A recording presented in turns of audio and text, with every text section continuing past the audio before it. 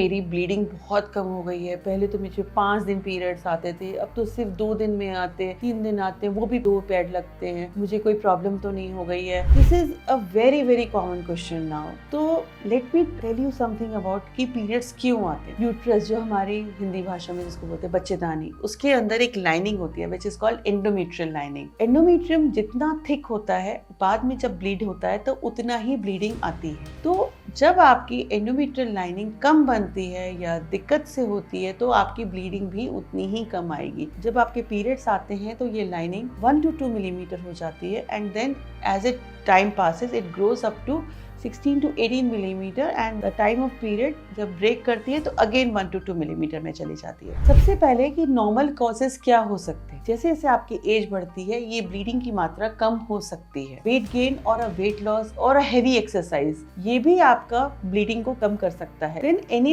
Any operative procedure which has damage this endometrial lining is a cause की जिसकी वजह से ब्लीडिंग कम हो सकती है। It can be D and C, repeated D and Cs, किसी को अबॉर्शंस हो रहे हैं या किसी वजह से डीएनसीज करनी पड़ रही है। Then tuberculosis is one of the very important causes in India. So these are some of the causes of scanty menses. Please consult your gynaecologist if you are worried about it.